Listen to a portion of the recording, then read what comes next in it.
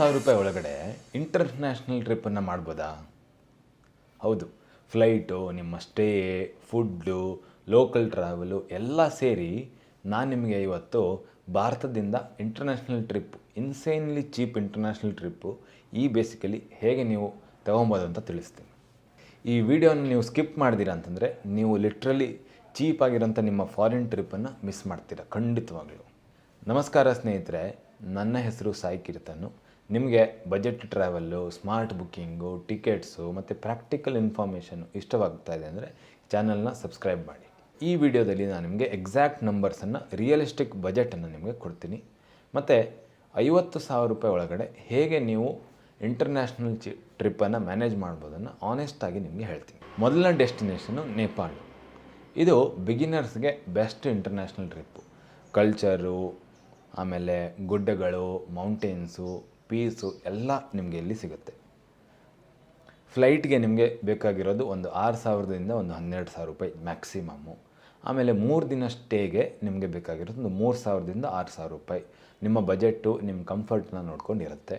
ಆಮೇಲೆ ನಿಮ್ಮ ಫುಡ್ಡನ್ನ ನೀವು ಕಂಟ್ರೋಲ್ ಮಾಡ್ಕೊಬೇಕಾಗುತ್ತೆ. 3,000ದಿಂದ 4,000 ಇದರೊಳಗಡೆ ನೀವು ಆರಾಮಾಗಿ ನೀವು ಫುಡ್ಡನ್ನು ಪರ್ಚೇಸ್ ಮಾಡ್ಬೋದು. ತುಂಬ ತುಂಬ ರಿಚ್ ಆಗಿರೋಂಥ ತುಂಬ ಎಕ್ಸ್ಪೆನ್ಸಿವ್ ರೆಸ್ಟೋರೆಂಟ್ಸ್ಗಳಿಗೆ ಹೋಗೋಕ್ಕೆ ಕಷ್ಟ ಆಗುತ್ತೆ. ಸೈಟ್ ಸೀಯಿಂಗ್ಗೆ ನಿಮಗೆ ₹2,000ದಿಂದ ₹3,000 ಬೇಕಾಗುತ್ತೆ. ಮತ್ತು ಟೋಟಲಾಗಿ ಬೇಕಾಗಿರೋದು ₹15,000ದಿಂದ ₹25,000 ಮಾತ್ರ. ವೀಸಾಗೆ ಯಾವುದೇ ರೀತಿಯ ಫೀಸ್ ಇಲ್ಲ. ಇಂಡಿಯನ್ ಪಾಸ್ಪೋರ್ಟ್ ಅಥವಾ ನಿಮ್ಮ ವೋಟರ್ ಐ ಡಿ ಇದ್ದರೆ ಸಾಕು, ವೀಸಾ ಬೇಕಂತ ಇಲ್ಲ. ನಿಮಗೆ ಫಾರಿನ್ ಫೀಲ್ ಬೇಕು, ಬಜೆಟ್ನ ಟೆನ್ಷನ್ ಬೇಡ ಅಂತಂದರೆ ನೇಪಾಳು ಸೂಪರ್ ಆಗಿರೋಂಥ ಚಿನ್ನ, ಆ ರೀತಿಯ ಒಂದು ದೇಶ. ಎರಡನೇದು ಥಾಯ್ಲೆಂಡು. ಬ್ಯಾಂಕಾಕು, ಪಟಾಯಾ, ಫುಕೆಟ್ಟು. ಬ್ಯಾಂಕಾಕು ಎಲ್ಲರದ್ದು ಫೇವ್ರೇಟು. ಇಲ್ಲಿ beaches, night life, temple, street food complete package ಸಿಗುತ್ತೆ. ಫ್ಲೈಟ್ ನಿಮಗೆ $12,000ದಿಂದ $18,000 ನಿಮಗೆ ಡಿಪೆಂಡ್ ಆಗುತ್ತೆ ಯಾವಾಗ ಡೇಟಲ್ಲಿ ಎಷ್ಟು ಬೇಗ ಬುಕ್ ಮಾಡ್ತೀರಾ ಅಂತ. ಸ್ಟೇ 3ರಿಂದ 4 ದಿನಕ್ಕೆ $6,000ದಿಂದ $10,000. ಫುಡ್ಡು ಮತ್ತು ಟ್ರಾನ್ಸ್ಪೋರ್ಟು ನಿಮಗೆ $4,000ದಿಂದ $6,000 ಒಳಗಡೆ ಆಗುತ್ತೆ. ಮತ್ತು ನೀವು ಬೇರೆ ಆ್ಯಕ್ಟಿವಿಟಿ, ಐಲ್ಯಾಂಡು, ಅಲ್ಲಿ ಏನಾದರೂ ಬೋಟಿಂಗು ಅದೆಲ್ಲ ಮಾಡ್ತೀರ ಅಂದರೆ ಅದಕ್ಕೆ ಒಂದು $5,000ದಿಂದ $8,000 ಬೇಕು. ಟೋಟಲಾಗಿ ನಿಮಗೆ ಬೇಕಾಗಿರೋದು ಒಂದು $30,000ರಿಂದ $42,000 ಅಂದಾಜು ಖರ್ಚಾಗುತ್ತೆ. ವೀಸಾ ನಿಮಗೆ ವೀಸಾ ಆನ್ ಅರೈವಲ್ ಸಿಗುತ್ತೆ. ಯಾವುದೇ ರೀತಿಯ ವೀಸಾಗೆ ಫೀಸ್ ಕೊಡಬೇಕಂತ ಇಲ್ಲ. ಪ್ರೊಸೆಸ್ಸು ತುಂಬ ಈಸಿಯಾಗಿದೆ. ಸೊ ನೀವು ವೀಕೆಂಡಲ್ಲಿ ಬುಕ್ ಮಾಡಿದ್ರೆ ನಿಮಗೆ ಜಾಸ್ತಿ ಖರ್ಚಾಗುತ್ತೆ. ಮಿಡ್ ವೀಕಲ್ಲಿ ನೀವು ಬುಕ್ ಮಾಡಿದರೆ ನಿಮಗೆ $3,000ದಿಂದ $4,000 ಆರಾಮಾಗಿ ಸೇವ್ ಆಗುತ್ತೆ. ಮೂರನೇ ಜಾಗ ನಾನು ನಿಮಗೆ ರೆಕಮೆಂಡ್ ಮಾಡೋದು ಯಾವುದು ಅಂದರೆ ಶ್ರೀಲಂಕಾ. ಇಂಡಿಯಾಗೆ ತುಂಬ ಹತ್ತಿರದಲ್ಲಿರುವಂಥ ಒಂದು ದೇಶ ಅದು ಶ್ರೀಲಂಕಾ. ಬಜೆಟ್ ಬ್ರೇಕ್ ಡೌನು ನೋಡೋಣ. ಫ್ಲೈಟ್ಗೆ ನಿಮಗೆ $10,000ದಿಂದ $18,000 ಆಗುತ್ತೆ. ಸ್ಟೇಗೆ ನಿಮಗೆ $5,000ದಿಂದ $9,000. ಮತ್ತು ಫುಡ್ಡು ಮತ್ತು ಟ್ರಾವೆಲ್ಲು ಅಲ್ಲೆಲ್ಲ ಹತ್ತಿರದ ಡೆಸ್ಟಿನೇಷನ್ ಹೋಗೋಕ್ಕೆ ಒಂದು $4,000ದಿಂದ $6,000.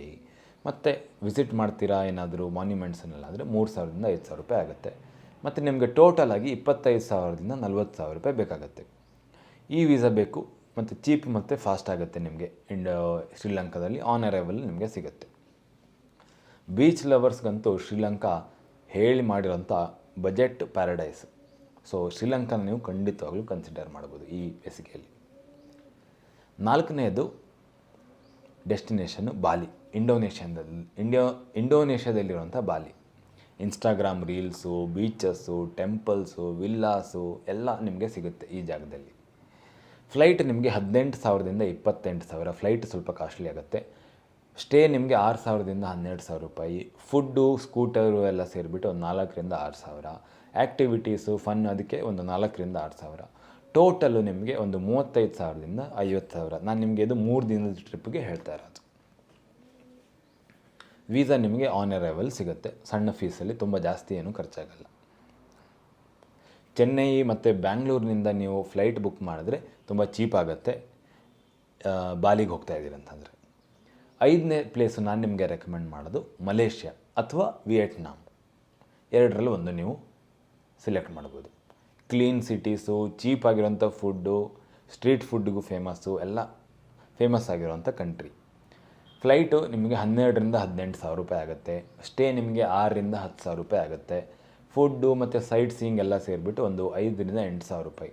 ಟೋಟಲ್ ನಿಮಗೆ ಬೇಕಾಗಿರೋದು 28,000ದಿಂದ ಒಂದು 45,000 ರೂಪಾಯಿ ಬೇಕಾಗುತ್ತೆ. ಮಲೇಷ್ಯಾದಲ್ಲಿ ನಿಮಗೆ ಕೆಲವೊಂದು ಸಮಯ ಫ್ರೀ ವೀಸಾ ಆನ್ ಅರೈವಲು ಕೊಡ್ತಾ ಇದ್ದಾರೆ, ಕೆಲವರಿಗೆ ಫ್ರೀ ವೀಸಾನೂ ಕೊಡ್ತಾ ಇದ್ದಾರೆ. ಅದು ನೀವು ಚೆಕ್ ಮಾಡ್ಕೊಬೇಕಾಗುತ್ತೆ. ಫ್ಲೈಟನ್ನು ನೀವು 8ರಿಂದ 10 ವಾರ ಮೊದಲು ಬುಕ್ ಮಾಡಿದ್ರೆ ನಿಮಗೆ ಒಳ್ಳೆ ಫ್ಲೈಟು ರೀಸನೇಬಲ್ ಸಿಗುತ್ತೆ. 4ರಿಂದ 5 ದಿನ ಜಾಸ್ತಿ ನೀವು ಟ್ರಿಪ್ಪನ್ನು ಪ್ಲ್ಯಾನ್ ಮಾಡ್ಕೊಳ್ಳಿ.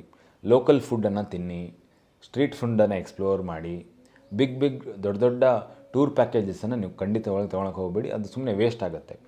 ಎಕ್ಸ್ಪ್ಲೋರ್ ಮಾಡಿ, ಯೂಟ್ಯೂಬಲ್ಲಿ ವ್ಲಾಗ್ಸನ್ನು ಚೆಕ್ ಮಾಡಿ, ಯಾವ ರೀತಿ ನೀವು ಸೆಲ್ಫಾಗಿ ಎಕ್ಸ್ಪ್ಲೋರ್ ಮಾಡ್ಬೋದು ಅಂತ ತುಂಬ ಜನ ಎಕ್ಸ್ಪ್ಲೇನ್ ಮಾಡ್ತಾ ಇದ್ದಾರೆ. ಸೊ ಈ ರೀತಿಯಾಗಿ ನೀವು ಎಕ್ಸ್ಪ್ಲೋರ್ ಮಾಡಿದಾಗ ನೀವು ಖಂಡಿತವಾಗ್ಲೂ ಹಣವನ್ನು ಸೇವ್ ಮಾಡೋದಕ್ಕಾಗತ್ತೆ.